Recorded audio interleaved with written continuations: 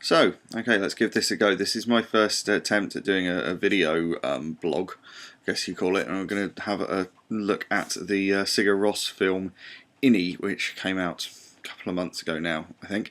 I watched it Sunday night, I guess, and just after I watched it, it's the film of their 2008 concert from Alexandra Palace in London, and just after I watched it, I tweeted this. It said, Inni by Sigur Ros, at Sigur Ros, is the most astounding concert film I've ever seen.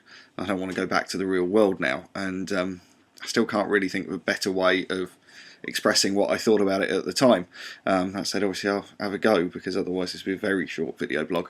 I've had an interest and appreciation of the band for several years, and I guess I've liked everything I've heard by them, and the 2007 film Heimer is one of the best films of that sort of half documentary, half concert film kind of thing. One of the best I've seen in a long time, and their music throughout their CDs and that film is exceptional. But it was when I saw this Inni film that sort of something changed in how I looked at them, and kind of realised that there was something that I'd been missing, I think, from my previous interpretation of what they do. From the start, the film just has this power and shows the power of the band as they they navigate a wave of sound, which just creates this amazingly exquisite music. I mean, Jonsi, the band's frontman, and apologise for my attempted Icelandic pronunciation, something like Jon Thor Björgesson or something. He sort of sums that up brilliantly. He plays bowed guitar, his falsetto vocals, they're sort of brittle and on the edge of giving way, but that kind of power to keep them not to give way just is pretty amazing, and really shows what he has within him and what the band have within them as well. And the film sort of demonstrates really how the band operate not as individuals but as a single entity. They're one band, and the 4 or 5 members of the band, depending on which song it is, just come together, and they seem to do. Sigur Ros seem to be able to do this in a way that's sort of different from most other bands I've seen. They are Sigur Ros, they are not the 4 members. And while Jonsi stands front and centre and delivers most of the vocals, and obviously looks the rock star, he's got the guitar at least, you know, that sort of rock star look. All 4 of them seem to just work on the same level in creating the music and ride these waves of feedback, and then take it from this massively loud feedback thing right down to this really minimal level, but all so in time and in tune with each other. It's astounding. I guess it's a lot of rehearsal, but it just comes across as amazing that they can do it. The film really shows as well how the band's music varies, and like I said, goes from these big loud things to small minimalist ones, and how it sort of seems to speak, in me anyway, to a really dark internal place one moment, and then explodes with this sort of triumphant celebratory sound that just is perfect, almost outdoor festival music, I guess, the next. And it's sort of that thing, the music goes from something that surely would work in a tiny intimate little venue to a huge place. And I don't know how big Alexandra Palace is. It looks like a fairly sizable theatre or performance space, so it fills that amazingly, but goes right back down. And it's sort of these factors all combine to make Sigur Ros's sound something that's both something very obvious and recognisable, but at the same time completely alien and like nothing I'd ever heard before I discovered this band anyway. And I mean, the film itself does that real justice, because it backs that up with the sort of this concert footage with 9 tracks from the concert, which is a double album in fullness, which also is part of the Inni package.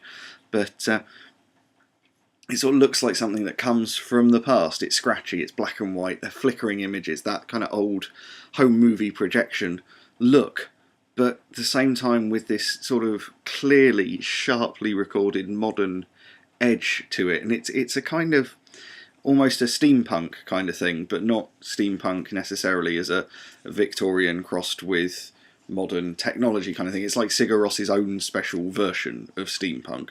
It's probably the best way I can think to describe it. And the way it's shot really gives sort of no clear view of each individual. You'll get a close-up of the guitar, or a close-up of John C's mouth singing, or the fingers of the piano player, the drums, and it's never left on them long enough or obvious enough to give individual members sort of their own thing. They are Sigur Ros together. Like I was saying, the filming of it, the way it's shot, backs up that idea that comes across from the music, that they are sort of collectively Sigur Ros. They aren't the individual members, and it sort of gives the band this sort of mythic feel in these concert shots, that they're not the same as us. They're not people.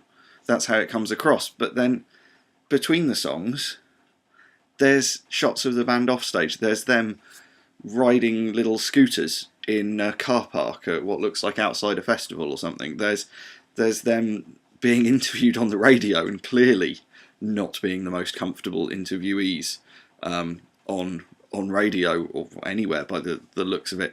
And it's got these great shots of them playing this tiny little club venue, which it sort of looks like a place I know over here called the Cock and Bull, where they're just set up in a tiny little space with the most basic equipment they can manage to play this thing. And I assume it's from sort of when they were first starting out.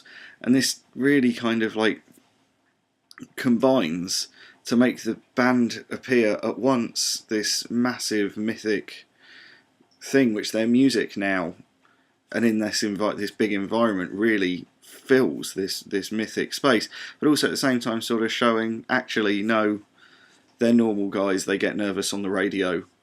They had to play small clubs when they were starting out, and did it just as well by the looks of the film. And it sort of keeps this conflict idea up, which comes across in their music, that goes from huge to so small and intimate, like that, the flick of a switch almost, but at the same time just works together. And really, I think this fusion of music and film, which Inni is about as spot on, as perfect as any concert movie I've ever seen. I've watched quite a lot, from Metallica and big bands like that through to DIY punk things, through all sorts of different sounds and all sorts of different levels, from tiny club films to massive arenas. And this sort of just gives this whole overview of a band, which a lot of those films don't. They just give, here is the band performing, whereas this is the band performing, but those performance shots are filmed with something extra added to them, and then these extra shots thrown in between of them sort of just being normal people, just really, really build something. And I mean, as I said earlier, when I watched it, when I finished, didn't want to go back to the real world. And the real world that this says should exist is that, everyone can work together in something. I guess that's a really cheesy way of looking at it, maybe, but it at least shows that the power of Sigur Ros's music in this film, and how they are a band in possibly the purest sense I've ever seen. And it's a great watch. It's about 70 minutes long, I suppose. It could have been longer and would have sounded just as fantastic. But it's a great film. It is Sigur Ros. It's called Inni. Inni. I'm imagining Icelandic. And I can't pronounce Icelandic, as I proved earlier. But yeah, check it out.